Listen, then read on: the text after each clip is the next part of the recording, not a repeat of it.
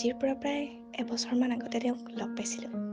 ঠিক আজিৰ দিনটোতে দুপৰীয়া সময়কণত তেওঁক লগ পাইছিলোঁ।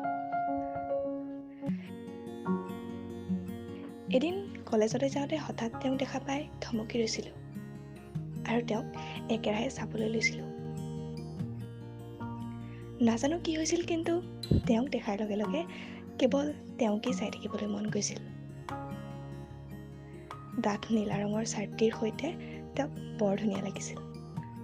এনেকুৱা লাগিছিল যেন মোৰ সপোনৰ ৰাজকুমাৰজন সন্মুখত আহি থিয় দিছেহি। নাজানো তেওঁ কোন আছিল, নাম কি আছিল, একোৱে জনা নাছিলোঁ। মাত্ৰ এটা কথাই সেই মুহূৰ্তত মনলৈ আহিছিল যে তেওঁক লগ পাই তেওঁৰ সৈতে বহু কথা পাতিম। তেওঁক প্ৰথম দেখাৰ দিনাই তেওঁ চকুজুৰিৰ প্ৰেমত পৰিছিলোঁ।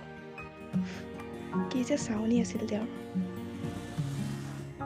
দেখাত বহুত চিম্পল যেন লগা ল'ৰাজন সেইদিনা প্ৰথম দেখিয়ে প্ৰেমত পৰা মইজনী আজিও আগৰ দৰে তেওঁৰ প্ৰেমত পাগল।